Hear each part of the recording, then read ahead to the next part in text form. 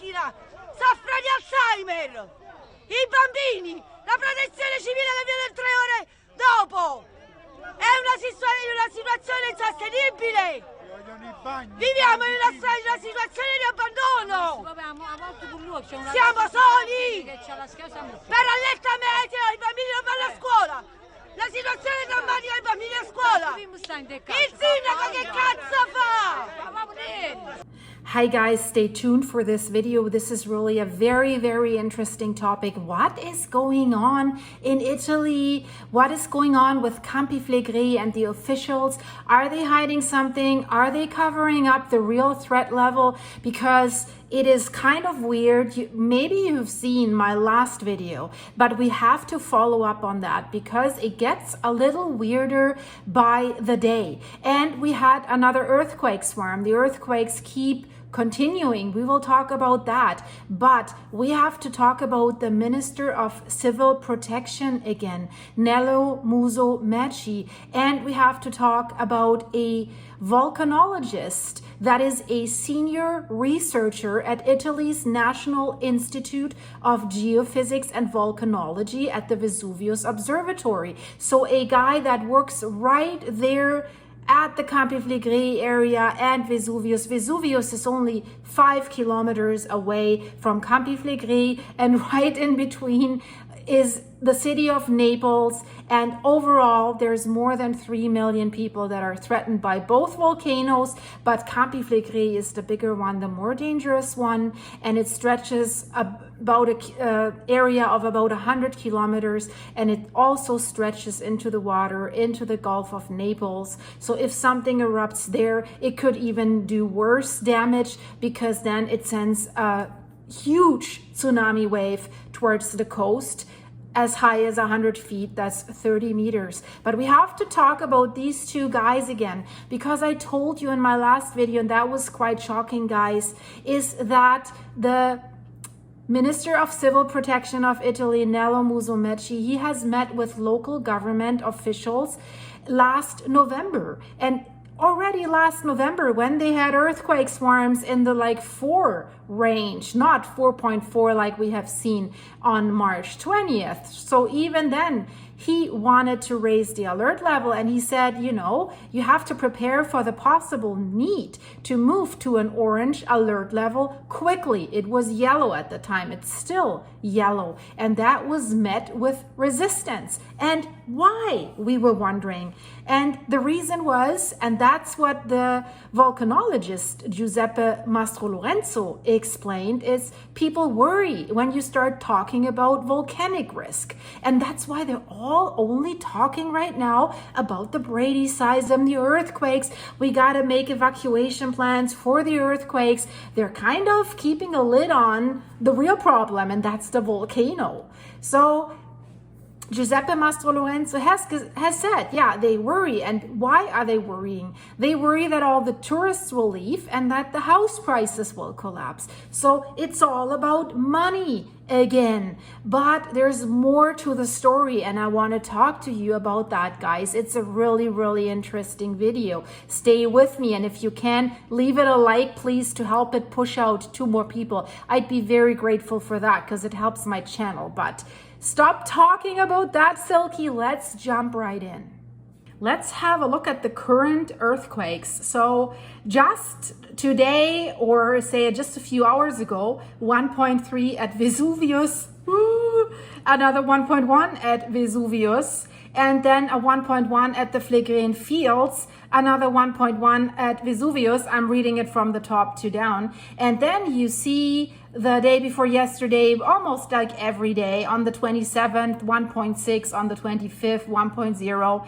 On the 24th, there were more, like 2.0, 1.5, 1.0, 1.1, 1.6, and so on. And we had another big one on June 18th, the 3.4. But since then, it's pretty constant, and once in a while, we see one at Vesuvius as well. So it's a critical area if you think they're only 5 kilometers apart from each other, and how powerful Campi Flegrei could spew stuff into the air if it erupts, like very fast, a few kilometers, but let's get into it as I promised. So the two guys we want to talk about, because there's more information, there's more to the story. So they worry about home price collapse and they worry about tourists. Yes, when the big earthquake storm happened on May 20th this year, some countries, I know that the UK was issuing a travel warning for people to go there, although the alert level had not been raised in Italy. It's still yellow. And then, of course, a lot of tourists are going to these areas. It's beautiful there. And realtors were giving interviews and they were saying basically that they didn't say that home prices had collapsed, but deals were on a halt. Buyers did back out. So it did affect already the real estate market. That is true. But you don't blame buyers, right? I mean, so the question I'm raising is to not increase the alert level that should be increased according to many experts because of tourists and home buyers. Isn't this neglect or like careless? You know, we've talked about this with the Blue Lagoon in Iceland. So, of course, the residents that are living on the calderas of this Campi Flegrei area, and there's a lot of them that are living right on the volcano, because it's a different kind of volcano like Vesuvius, and there's 700,000 living in the red zone up until the crater rims. But Campi Flegrei is more flat, the craters are not that big. It only looks very, very scary if you look at an aerial picture. There it really looks like the moon, like all these craters. So the highest risk area of Campi Flegrei, the so-called red zone, includes the tourist towns of Pozzuoli, Baccioli, Monte di Procida, and Quarto. And of course the residents, they live with this shaking all the time. And of course, there's this uplift period that started since 2005, this Brady seism. The land there is rising. It's lifting up the land, the buildings and everything that's on top of it. Also the land that's under the water. That's why the port of Pozzuoli is getting more and more shallow. So it's the movement of molten rock and magma and gases that are rising to the surface. And that's why it's called Brady seism. So we know that over the past 70 years, Pozzuoli, for example, has risen by as much as 4 meters. Imagine your home, imagine the parcel that you live in, your farm, your land, whatever, is rising 4 meters. That's a lot, guys. And that's why water levels in the bay overall have dropped drastically. And you know, it really threatened the future of Pozzuoli's port. And you know, and we have to know, because we have to compare it, because that's a critical point of today's video. They were similar peaks of seismic activity as we're seeing it now in the 1950s, the 70s, and in 1984. There was a rapid uplift that has prompted an evacuation of 40,000 people from downtown Pozzuoli. They were all evacuated. And of course, that ground deformation has caused damages to the buildings and facades and cracks in the roads and all that. But it hasn't erupted, thankfully. But they are saying magma was rising, making its way to the top in 1984, like a magma intrusion, what we've seen in Iceland. So it's rising up, but then something keeps the lid on. And that's this cap rock layer that you're seeing in this graph here. But one of the things is, but that's not what my main issue is today. The cap rock layer that keeps the lid on, compared to 1984, right now has only a third of its original strength. So a third of the strength that it had in 1984. And there's another thing. In 1984, and in all their risk assessments up until a few months ago, they thought, the magma needs to come up quite a way to break through. So it needs to grind through. It's at a depth of around 8 to 12 kilometers. So that's not so dangerous. Problem is, just a few weeks ago, a groundbreaking study confirmed that, oopsie, that magma chamber is at a depth of only 4 to 5 kilometers, 4.5 kilometers. So shallow. So it doesn't need to grind up a long way to get to the surface. So with that knowledge, you need to have that base knowledge to understand what I'm trying to tell you next, because this information is based on what I just told you. And remember that one sentence that I said in my last video: the Italian Civil Protection Department puts the probability of a small to average sized eruption at 95%. Should the volcano show signs of waking up? And it does show these signs: earthquakes, bradyseism, right? But in June last year, already in June last year, when they still thought that the magma chamber is at a depth of 8 to 12 kilometers, they published a paper that was published by researchers at the Vesuvius Observatory and the University College of London. So important, the guys that are watching these volcanoes on a day-to-day basis and know them best, they were part of this scientific paper. So they concluded that all this movement that is happening, these earthquake swarms that they already had last year, has stretched parts of the ground to a breaking point. Breaking point. So look at the graphic behind me again when I told you that caprock layer has only a third of its strength left. That is breaking. It's getting more brittle. And that's what I'm saying about the crust that keeps the lid on the magma chamber that is underneath the Blue Lagoon in Swartsengi, Iceland. If you have this bradyseism over decades, years, land rising, land subsiding, land rising, land subsiding, that crust gets brittle. There's cracks happening. Every earthquake that they're feeling in Italy in this area, and they're mostly concentrated to the same area. So they're always stressing the same layer of cap rocks. It's wearing it out. It's weakening them. Every earthquake means another crack in that cap rock layer. And that's why they say it has reached a breaking point.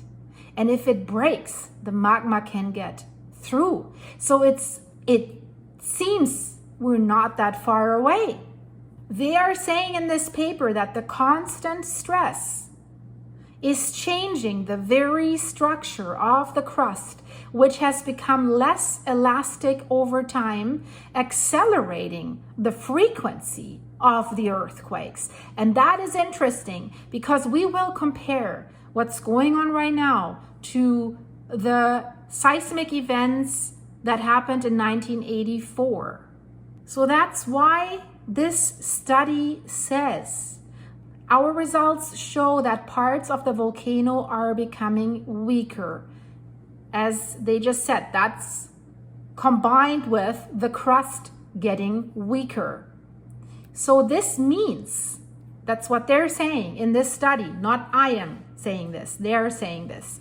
This means that it might break, even though the stresses that are pulling this cap rock layer apart are smaller than they were during the last crisis 40 years ago.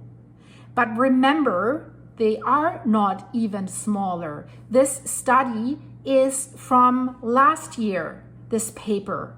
Since then, we had this big earthquake, 4.4. So that was definitely bigger than the one in the 80s. So they're always saying in the last 40 years, but their scientists are saying, no, it's 100 years.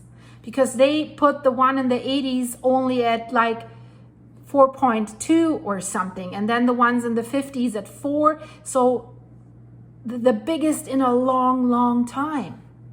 So the director of the Vesuvius Observatory of the INGV, the Italian Institute of Geoscience and Volcanology, his name is Mauro Antonio Di Vito, he explains that while every earthquake is a crack in the crust, for an eruption to happen, it requires another fundamental element, magma, to be present.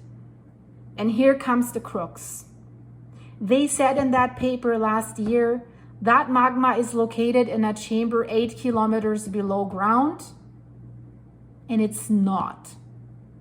It's 4 kilometers, 4.5 kilometers. So it's way, way closer and therefore way, way more dangerous.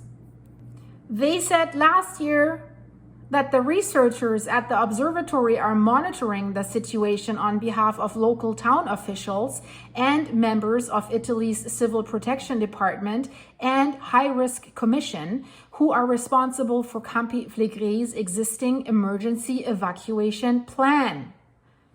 So, let's talk about that plan. So they're saying, and that's still valid. So currently they just released basically the same thing again, despite all the criticism from the scientists that said this plan's not working. So they're saying currently, if an eruption were to occur, the total estimated time needed to evacuate all 500,000 in Campi Flegrei's red zone is 72 hours. Keep that in your mind while I keep talking now. 72 hours. That's a long time. You have to be lucky that this volcano will give you that warning time. But will it? Question mark. So for these residents in the red zone, the authorities have determined that evacuation is the only protective measure due to the high risk of pyroclastic flows, avalanches of hot gas, ash, and volcanic fragments that can reach high speeds and travel for several kilometers. They do, and they do so fast that you cannot outrun them. So they say, over the course of 3 days, we'll talk about this. Buses, trains, and boats will be deployed to move everybody out. So how is this working? If your evacuation plan says that many people with buses, that many people with trains, and that many people with boats, and then this thing erupts in the Gulf of Naples. So boats are out of the equation, right? Will the bus drivers wait for everyone when there's panic? Will the buses even be able to get out? Because if this thing starts to erupt, do you think that over 3 million people will just say, oh, there's this boundary of the red zone, so we will not evacuate because we're a few meters out of that zone. Of course, everyone will be in panic and will try to get out. It's going to be total chaos. So in their ideal scenario, they're getting everyone out, and then they have twinned towns. So Pozzuoli has a twin town in Lombardy that will host the residents that have nowhere else to go, that have no family members somewhere else. And then they say beyond the boundary of the red zone, that's what they call the yellow zone, there's more than 800,000 people that will be exposed to significant fallout of volcanic ash. And also they say the most vulnerable residents may also require temporary evacuation. I'm very convinced that they will. So last year they were asked whether their current evacuation plan would be sufficient to manage a possible volcanic emergency. And here comes Mastro Lorenzo, because he just gave an interview about 2 weeks ago. But he said last year, no, absolutely not. And he still says that. He says he believes that a strange compromise has been reached between what the science suggests could happen during an eruption of the Campi Flegrei volcano and the public desire to reassure the public, the politicians' desire, the officials' desire to reassure the public. It's all going to be fine. Don't worry. We know that, right? So he says further, even my colleagues in some cases have a tendency to show a positive front, but without any scientific basis for that. he says. You have to really understand what he's saying, right? His fellow scientists are putting on a positive front. Who's telling them to do so? Question mark. Already more than a decade ago, Mastro Lorenzo and one of his colleagues, that is also a senior researcher at the Vesuvius Observatory, have published a paper that was analyzing the volcanic risks of Campi Flegrei based on past eruptions during the volcano's 40,000 year history. So 10 years ago, they didn't even know about this increased activity that it's showing now. The Brady seism just doubled in April. The land rise doubled in April from 1 centimeter a month to 2 centimeters a month. But it's very, very mind-boggling what they already said 10 years ago and what they're still saying and the warnings they're still giving, and nothing's happening. So they were looking at what the volcano was telling them by looking at fragments that were visible from historic eruptions and what had happened in the 40,000 year history of Campi Flegrei. So they looked at rocks that had been ejected during past eruptions. So the researchers, and here it comes, noted the presence of small crystals less than 100 microns in length. So you have to understand 1 micron is the equivalent to 1/1000th of a millimeter. So 1/1000th breaks my tongue. 1/1000th of a millimeter. That's how small these particles are. So the reason why they are so small is that it's a proof that magma has cooled rapidly. So larger crystals need longer to form. So that's what they found. And what does it mean? They also found evidence that in the lead up to past eruptions, the magma in the chambers below that caldera, in the magma chambers, was already in an explosive state. So think about this. We know the magma is at a depth of 4 to 4.5 kilometers already. So it was in an explosive state. And it needed little, that's what they're saying, to push it to the point of eruptions.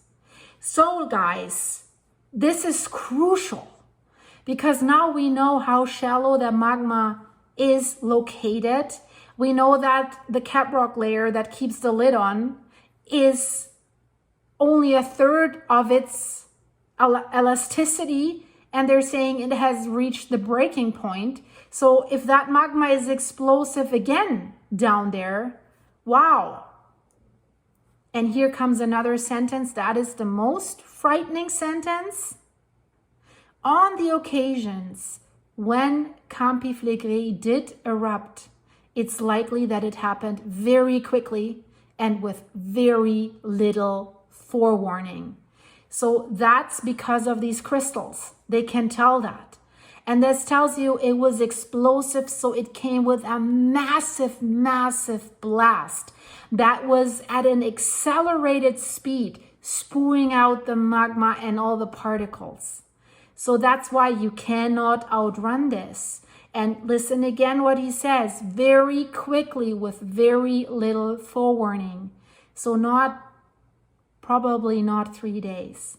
And even the Minister of Civil Defense just said about a week and a half ago that an evacuation would probably not be successful. So they know it. They do know. That is my opinion, guys. But let's dig a little bit deeper into this. Mastro Lorenzo says that this is a typical behavior for calderas, so it's not a surprise for him.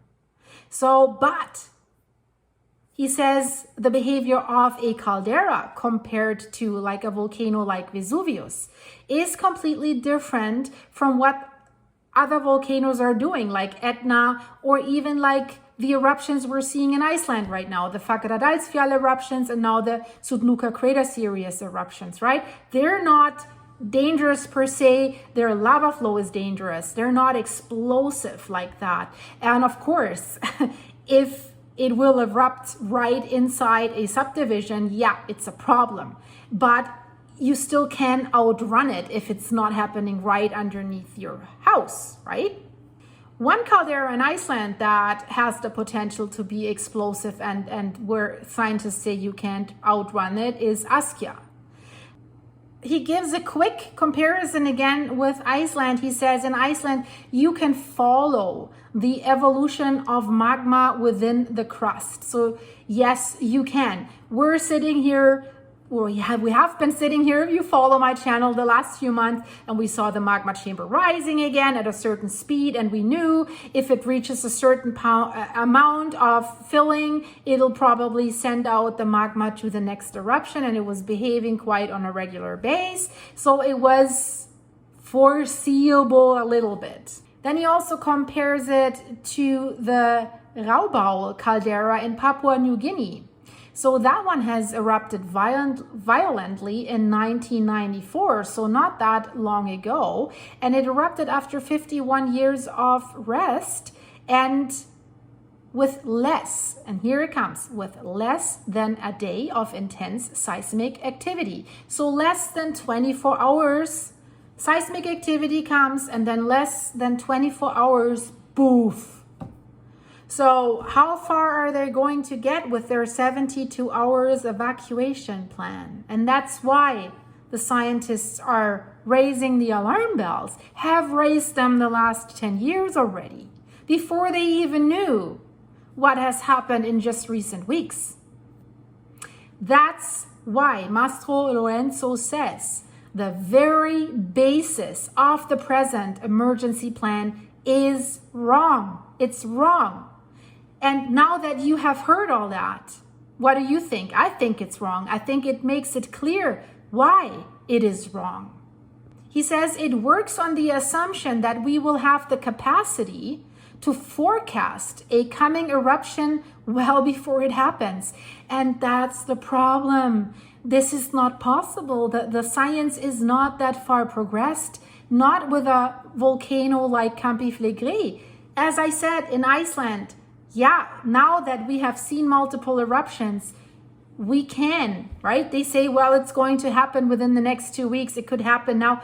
And then usually you could estimate, but when the earthquake swarms started, sometimes it was no warning until the eruption happened, or 30 minutes warning, right? So he says we can't forecast it exactly. He says we don't have a contract with the volcano. So in geology, we consider the past as a way to predict the future. So we must base our models on volcanic behavior that has occurred in the past. So that's what they did with these super, super tiny crystals that they found that have cooled very, very quickly. So everything happened super fast.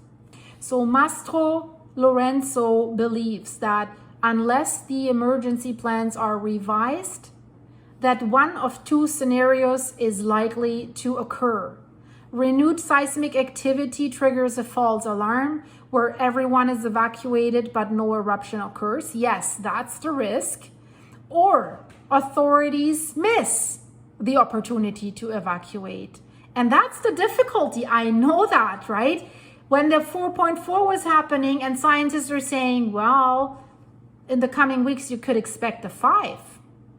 So should they evacuate them all? I mean, at least they would have a little bit of training in evacuation, right? But residents will probably highly upset. And you know, if there's a panic in evacuation, people get hurt. They will get hurt. Lots of damage is going to be done. And people were frustrated when they were evacuated in the 80s, right? So, but if they don't evacuate and hundreds of thousands of people are going to die, so what should they do? And we know, and that's interesting, The residents of Pozzuoli are taking anti-anxiety medication. It's on the rise, but it's not on the rise because of the volcano. They're really, really scared to be evacuated again because, yeah, it must be horrible. So that's why Mastro Lorenzo says we need a strategy that works for all eventualities. We must be ready to evacuate at any time, even if the eruption has started. Yeah, but then I think you will evacuate probably outside the red zone, sadly as it is, sad as it is. He said it might be tough to convince locals who are worried about the economic impact of being labeled a dangerous volcanic site. Yeah, but it is a dangerous volcanic site, right? It is. You have to say it. So something that is interesting, in 2021, there was a study of the United States Geological Survey's alert system for 3 of the country's most dangerous volcanoes. So that's Mount St. Helens in Washington State, that's Kilauea in Hawaii, and that's the Long Valley caldera in California. So, and when they did this study, they found out that when an alert was elevated at any level above normal to any level above that, due to a period of volcanic unrest, it had an adverse effect on local economies and it put a dent on house prices. For sure, right? I mean, yes, who would want to live there? Would you move there and buy a house? I mean, the interesting thing is, you know, don't people do research in general? I mean, if you move there, you got to know about the risk that this could reawaken at any time anyways. So I don't know, right? So the authors of that study say the results reveal a flaw in a disaster risk reduction practice. And they suggest that governments account for these periods of unrest and not just eruptions. So when it comes to disaster relief funding, they basically want people reimbursed for these losses. But that's difficult, right? Who do you reimburse? Someone that has listed a house? Maybe that house didn't sell because it wasn't great, right? Or only people that had a valid contract of sale. What about people that wanted to list the next day? But maybe they want to do something like a natural disaster insurance like they have in Iceland. So the town of Grindavik that has been so rumbled by these earthquakes and partly destroyed by the eruptions and the earthquakes, they have been bought out by the governments so that they are mortgage free, that they can go and buy somewhere else. If something like that were to happen, perhaps the residents of Pozzuoli and its neighboring towns would be more receptive to a more prudent evacuation plan.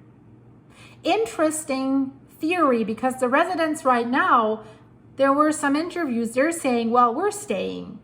And especially they're saying this because there's some billion-dollar building projects that the government is conducting right in the red zone. And they're saying, well, they can't be that stupid. So if the risk was that high, they wouldn't put all that money in there. And that's, but don't base your life on that.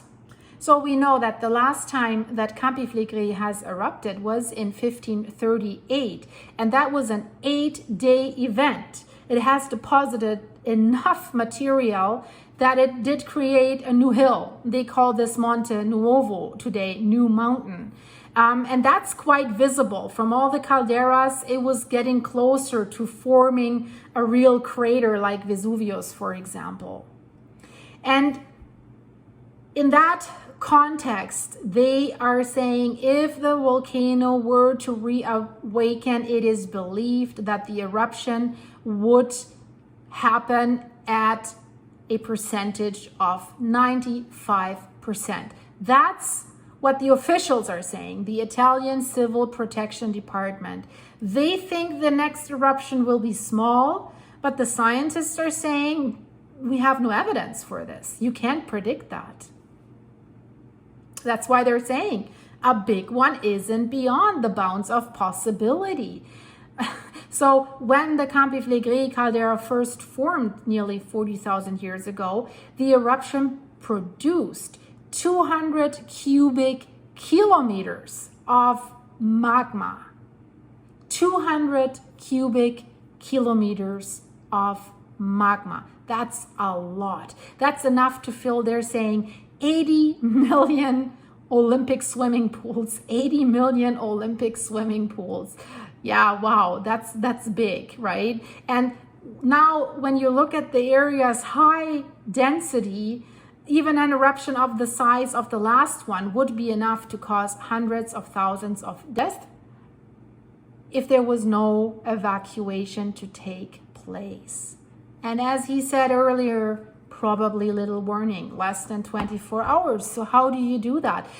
I think the only chance they have is they would have to start moving people out permanently right now.